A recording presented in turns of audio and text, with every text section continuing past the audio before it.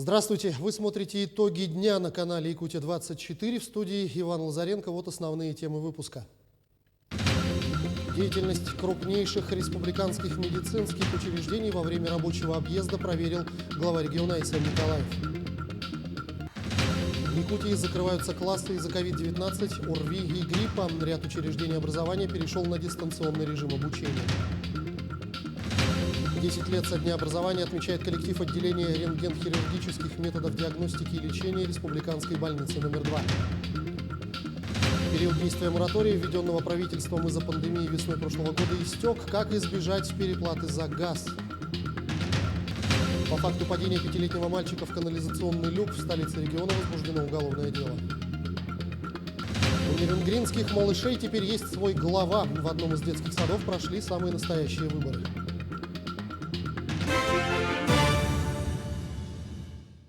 В Якутии из-за COVID-19 закрыты 26 классов, а 42 класса из-за ОРВИ и гриппа. Об этом сообщили в Миноборнауки. В связи с выявленными случаями закрыт на карантин детский сад «Солнышко» села Покровка Амгинского района. Частично закрыты 23 группы в 20 детских садах. В Якутске 17, в Чурапчинском районе 6. В учреждениях общего образования в очной форме работу продолжают 388 школ, в очно-заочной 244, в дистанционной форме 9.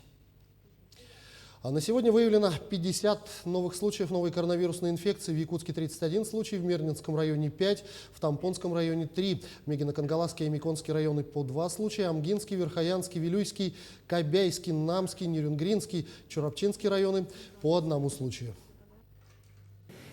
Отдельно оперативный штаб обращается к организаторам мероприятий, которые на настоящий момент разрешены, в том числе и с 50% загрузкой залов, которые проходят в учреждениях культуры, и, соответственно, с различного рода мероприятиями, которые нам сегодня хочется проводить, особенно в праздничные дни.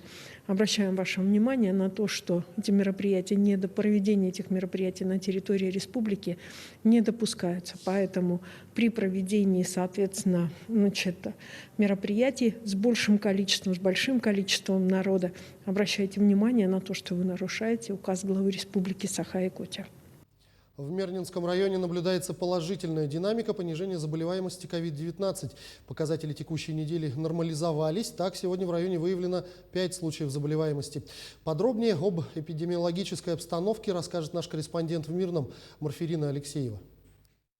4000 доз вакцины ГАМ-ковид-ВАК поступило на территорию Мирнинского района. Окончена иммунизация приоритетных групп населения вторым компонентом вакцины. А сегодня началась вакцинация среди жителей, изъявивших желание привиться. 2600 доз освоятся в городе Мирном. Остальные распределятся по поселениям района. Будут организованы прививочные кабинеты в Мирном, несколько в Алмазном, в Арлахе, Светлом и Чернышевском. И 1400 доз поступит в Айхал и Удачном, где тоже будут организованы прививочные кабинеты. Все, кто записался, кто через сайт госуслуг, прошу всех, кто высказал желание привиться от коронавируса, не ждать, а по приглашению врачей прийти и сделать себе прививку. Продолжается мониторинг дошкольных и общеобразовательных заведений. 2 неделями ранее был зафиксирован всплеск детской заболеваемости коронавирусной инфекцией. Таким образом, усиленно контролируется санитарная обработка и термометрия в школах и детских садах. На сегодняшний день наблюдается сезонный рост заболеваемости ОРВИ. Роспотребнадзором района и Мирнинской центральной больницей проводятся исследовательские диагностики на выявление причин детской заболеваемости. Работала комиссия Роспотребнадзора во главе заместителем начальника Роспотребнадзора республики Самойловой Изабеллой Юрьевной. Они сделали рекомендации, в том числе Мирнинской центральной районной больницы. Эти рекомендации мы получили, отрабатываются они больницы, в том числе все эти рекомендации, которые были выделены в адрес оперативного районного оперштаба, мы тоже приняли их действия. Несмотря на некоторые послабления режима, по указу главы республики режим повышенной готовности продлен до 1 марта. Административными комиссиями продолжаются рейды по торговым точкам и спортивным объектам, а также усилен контроль в ранее зафиксированных очагах коронавирусной инфекции, а именно в подъездах жилых многоквартирных домов города Мирного. Марфирина Алексеева, Артем Алексеев, Мирный. В Якутии вакцинация против новой коронавирусной инфекции проводится в 44 медицинских организациях республики, в которых развернуто 156 пунктов вакцинации, созданы 110 мобильных бригад. По состоянию на 24 февраля в республику поступило всего 54 812 доз вакцин против коронавирусной инфекции. Получили первую вакцинацию 36 635 человек, вторую – 19 433 человека. На сегодня активно получают прививку от коронавирусной инфекции в городе Якутске, Валданском, Вилюйском, Мегино-Кангаласском, Хангаласском, Усялданском районах. Меньше всего провакцинировано с учетом имеющейся в наличии в районе вакцины в Горном, Чурапчинском, Верхневилюйском, Нюрбинском и Сунтарском районах. Глава Якутии Айсен Николаев посетил крупнейшие республиканские медицинские учреждения. Рабочий объезд прошел в рамках национального проекта здравоохранения. Так, новейшее оборудование для республиканского онкологического и гериатрического центров было закуплено еще в прошлом году. О новшествах якутской медицины в материале Саргыланы Неустроевой. Тем, что онкология молодеет с каждым годом, уже никого не удивишь. Сейчас в рамках борьбы со страшным заболеванием существует множество национальных и региональных программ, позволяющих заметно улучшить качество диагностики и лечения.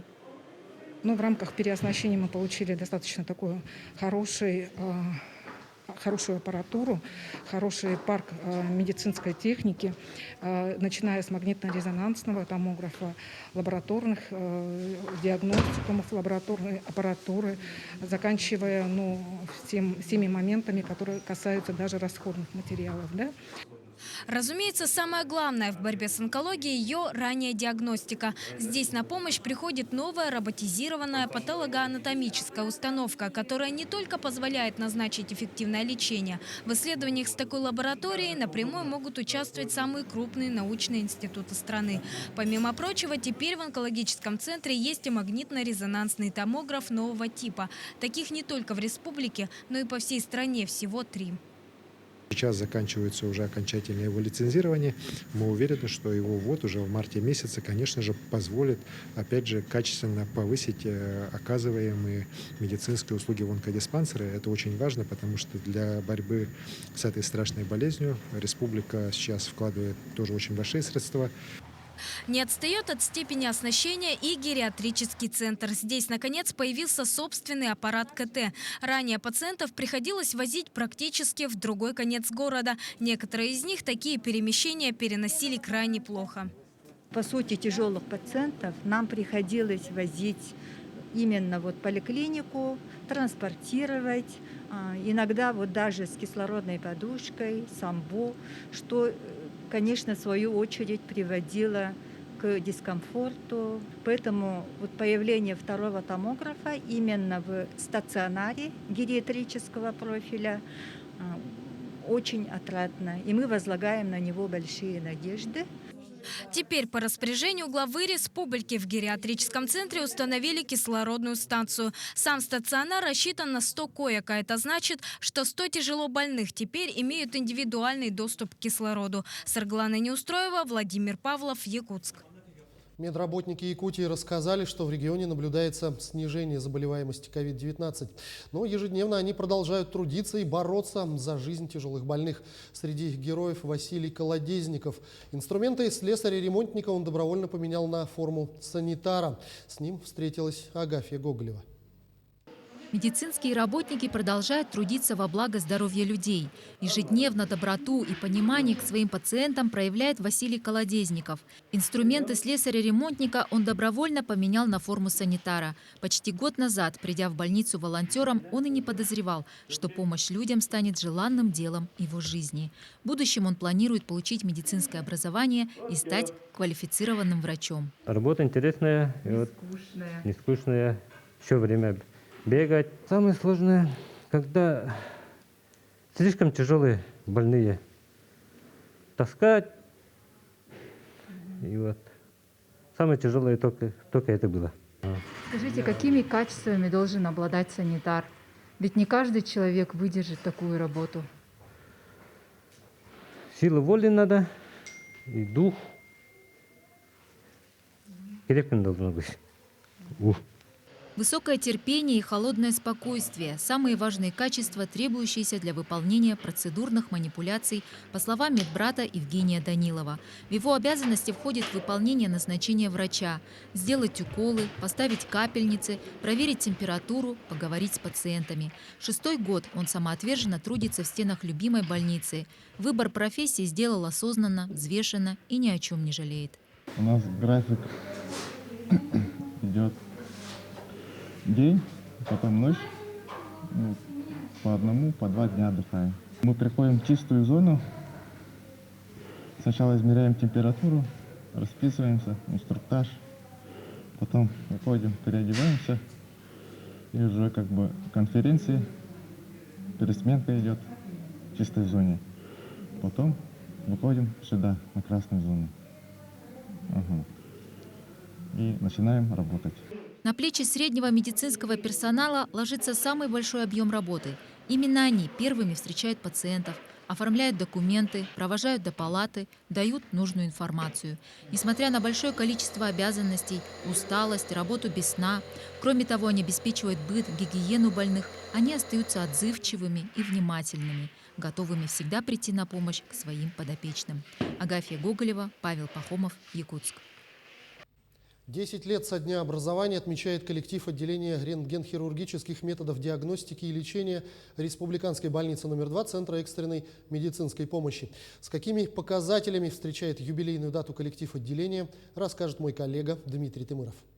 Отделение впервые открыло свои двери в 2011 году и сегодня занимает особое место в списке отделений медицинского учреждения, так как сегодня именно благодаря им многие якутяне получают ультрасовременное хирургическое вмешательство.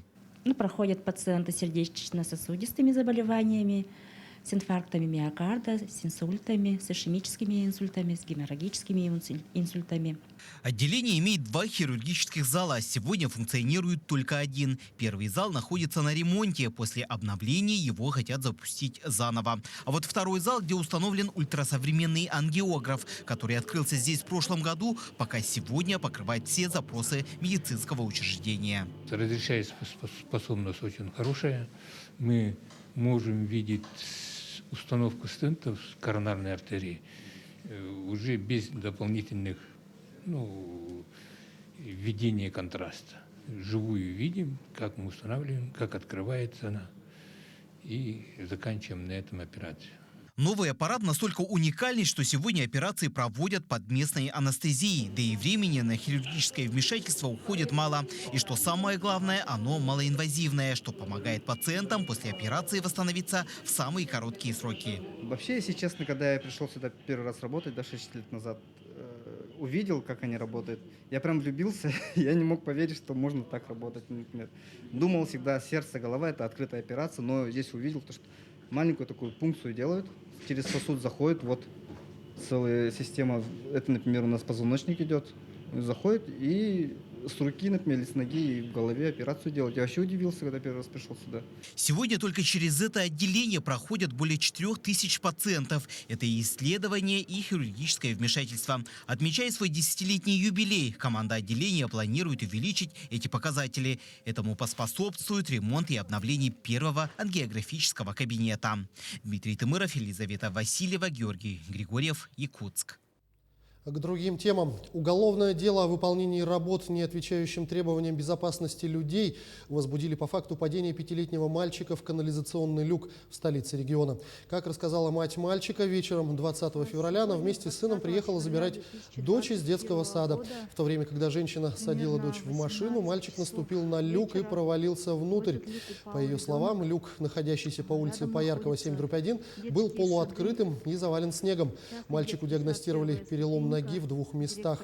Следователи установят степень тяжести причиненного ребенку вреда, а также оценят действия ответственных должностных лиц и сотрудников коммунальных служб. 21 февраля текущего года средства массовой информации распространили сообщение о том, что в городе Якутске на улице Пояркова по дороге из детского сада 5-летний мальчик наступил на крышку незакрепленного канализационного люка и упал внутрь колодца. При этом ребенок получил переломы правой ноги в 2 местах и был доставлен в больницу.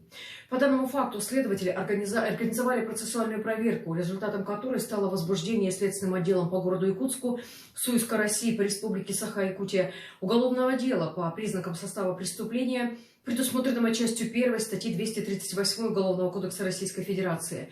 Выполнение работы или оказание услуг, не отвечающих требованиям безопасности здоровья потребителей. С января этого года все счетчики газа, срок поверки которых истек, считаются неисправными. Их показания не могут использоваться при расчете платы за коммунальные услуги. Напомню, период действия моратория, введенного правительством из-за пандемии, весной прошлого года истек. Чтобы избежать переплаты, абонентам необходимо провести ревизию приборов учета и уточнить срок поверки измерительных устройств. Хозяин частного дома Иван Ионитов не смог разобраться со сроком поверки своего газового счетчика. К тому же и показания не предоставлял более 3 месяцев. Не было необходимости, говорит молодой человек, ведь практически весь прошлый год из-за пандемии коронавируса поверка и замена газовых приборов была запрещена. Я позвонил в обслуживающую компанию, чтобы проверить счетчики. После оставленной заявки обслуживающая компания отправила инспектора на дом. Из-за еще действующих ограничений специалистам разрешено выезжать строго по одному, с соблюдением всех санитарных мер. Со временем детали счетчика изнашиваются, и устройство может давать неправильные показания как в сторону уменьшения прошедшего объема газа, так и в сторону увеличения. Чтобы избежать таких неполадок, абонентам необходимо обновить приборы учета. По заявке абонента подошли проверить поверку счетчика. И номер, показания, сохранности пломбы. Сейчас мы будем все это заактировать, снимать. И после этого уже вместе с абонентом распишемся. Срок поверки можно проверить самостоятельно, осмотрев нанесенный производителем оттиск на самом приборе, либо в его паспорте. Вот счетчика написано, да? И здесь будет квартал. По этим же номерам вы уже смотрите, и в течение сколько? 10 лет. Поверка, да? В случае, если паспорт счетчика утерян, а оттиск на приборе не читается, необходимо позвонить в службу единого окна компании и оставить заявку. Также вызвать инспектора на дом могут абоненты, не предоставившие показания счетчика в течение 3 месяцев. Согласно действующему законодательству, счетчик без поверки считается неисправным. И в этом случае объем потребления рассчитывается по нормативу, что может значительно превышать расход газа, нежели по показаниям счетчика. Проще заменить прибор на новый, ведь после обновления поверки счетчика можно забыть на 10 лет. Виктория Федорова, Джулустан Иннокентьев, Якутск. Бензин и дизельное топливо выходят из моды. В компании «Алроса» проект перевода автотранспорта на газовое топливо реализуется с 2015 года. Проект успешно апробируется на производственных площадках в Мирном и Айхале. План мероприятий, направленных на развитие газового топлива в Якутии, весьма обширен и включает в себя целый комплекс различных мер. Среди них налоговые льготы, а также субсидирование различных стимулирующих программ. Ульяна Шагина подробнее. В 2021 году «Алроса» продолжает тестировать газовую технику. Для этих целей пока определены производственные площадки в Мирном и Айхале. На текущий момент порядка 10% транспорта компании перевели для работы на компримированном природном газе метане. В ближайшей перспективе перевод транзита на газ и присоединение к проекту производственных подразделений в Ленске и Удачном. Компания стремится максимально минимизировать потребление жидкомоторных видов топлива. Порядка 280 автомобилей, как битопливных, то есть транспорт, который работал на бензине, был переведен нами на газ, так и чисто газовых автомобилей, там порядка 80 единиц, которые мы покупали в процессе технического перевооружения. То есть уходили от дизельных автомобилей и переходили на 100% газовый парк. Так, впервые на природном газе агротехнические работы в Мирнинском ГОКе проводят 45-тонный БелАЗ. Особое внимание уделяется и к транзитному транспорту, китайскому тягачу «Шакман» и шведскому «Скания». Тестирование проводится по самым разным критериям, среди которых не только экономический или экологический эффект, но и безопасность. Основное оборудование, которое установлено на автомобиле, помимо электронного блока управления, форсунок, это метановый баллон, в который закачивается газ. Он рассчитан на просто невероятные цифры давления. 200 атмосфер – это просто рабочее давление баллона. 300 атмосфер – это давление испытания, а давление разрушения превышает 500 атмосфер. Чтобы не достигнуть этих величин, оборудование снабжено целой системой клапанов, которые сработают при любом превышении давления. Между тем, вопрос безопасности при использовании газовых баллонов не самый популярный. Опрос показал, мирнинцы положительно настроены к популяризации использования газового топлива, а главный критерий – цена и экологичность. Это будет отлично, это будет превосходно, мы ждем. Экономнее будет, может, просто мотор будет, специально же должен быть мотор, наверное. Апробация техники «Валроса» ведется параллельно с разработкой планов развития газозаправочной инфраструктуры в регионе и льгот для желающих перейти на газовое топливо. Компания в этом вопросе тесно сотрудничает с правительством Якутии. Мы определили количество заправочных станций всех видов, которые планируем построить в республике до 2030 года. Это и по компримированному природному газу, и по сжиженному природному газу, кстати, вот тоже направление, которое называется, по пропан-бутану, соответственно. Отрабатываем при этом не только строительство новых заправочных станций, но и модернизацию действующих, где добавляются, например, новые колонки газовые. Кроме того, рассматривается и формирование 2 газотранспортных коридоров не только с Усть-Кута до Мирного и Якутска, но и совместный проект с участием 4 регионов – Якутии, Иркутской, Кемеровской областей и Красноярского края. И без развития транспортного комплекса проблему с грузопотоком не решить, отметил глава ведомства. Обращение от 4 регионов в адрес Минэнерго уже подписано. Ульяна Шагина, Олеся Васева, Илья Сыромятников, Якутск, Мирный. Акционерная компания «Железные дороги Якутии» сообщает, что в связи с увеличением спроса назначается дополнительно плацкартный вагон без пересадочного сообщения по маршруту Нижний Бестях-Иркутск. Продажа билетов уже открыта. Отправление из Нижнего Бестяха 28 февраля. Купейные и плацкартные вагоны будут курсировать с равномерным чередованием в течение месяца. Стоимость проезда в плацкартном вагоне из Нижнего Бестяха до Иркутска составит 5615 рублей. Время в пути – трое суток, 3 часа и 36 минут. Напомню, пассажирский поезд Нижний Бестях-Нерюнгри курсирует ежедневно. В апреле нерюнгринцам предстоят выборы главы района. Подготовка к ним началась с самых маленьких жителей. Юные воспитанники детского сада «Энергетик» из Нерюнгри выбрали мэра своего города мастеров. В предвыборной гонке на пост мэра участвовали 3 кандидата. Об избирательной кампании, проценте явки на выборах и их итогах расскажет Екатерина Павлова.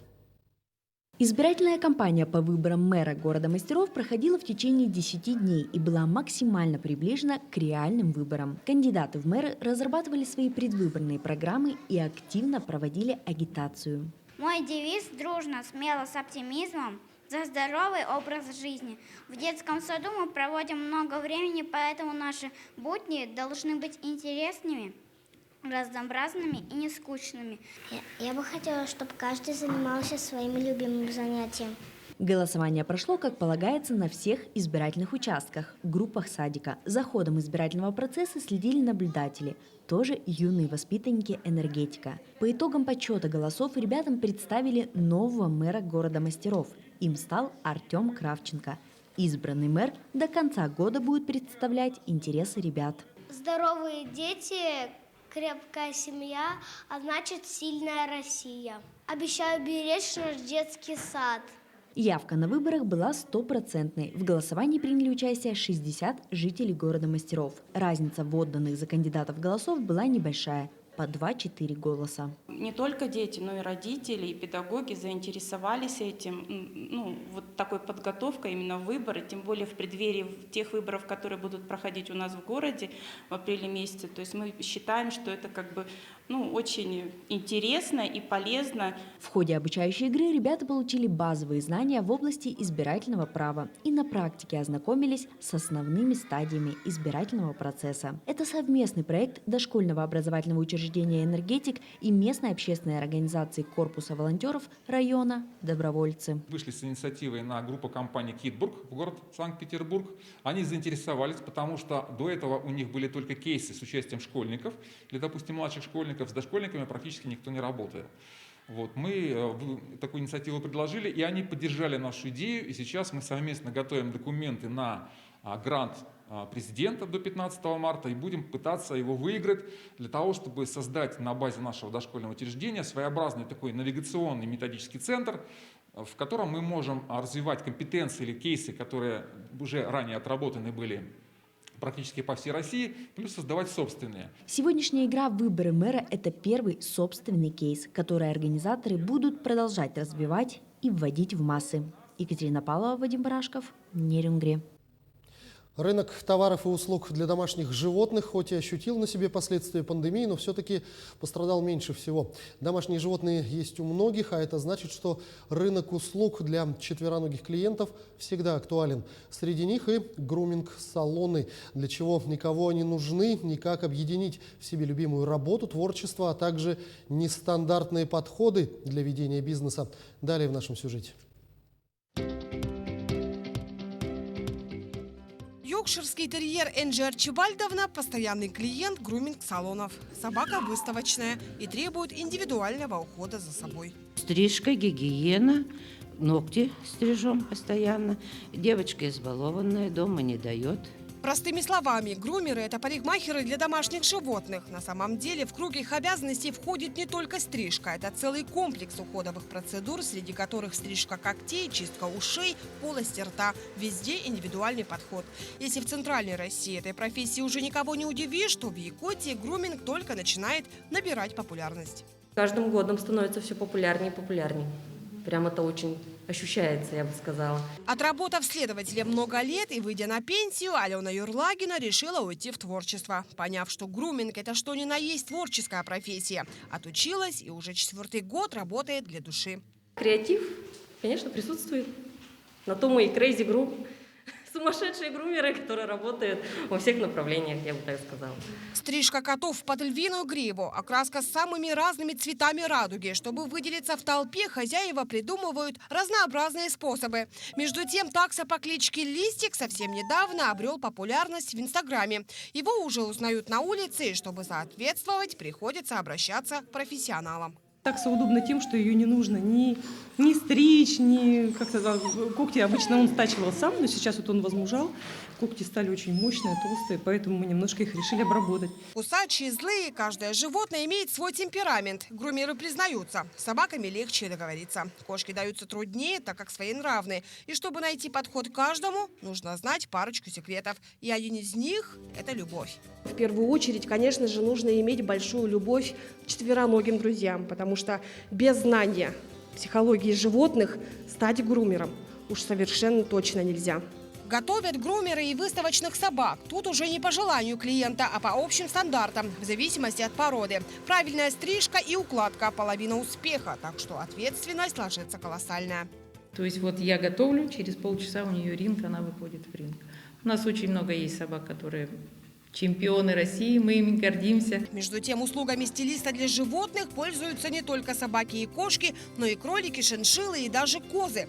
Груминг-салоны в столице только начинают обретать популярность. Так что, если вы увидите на улице четвероногого друга с окрашенной челкой, модной укладкой или креативной стрижкой, знайте, она пользуется услугами грумера. Ульяна Шагина, Илья Сыромятников, Якутск. Вы смотрели итоги дня на канале Якутия-24. На этом я с вами прощаюсь. Не забывайте носить маски и соблюдать дистанцию в общественных местах и дезинфицировать руки. До встречи в эфире.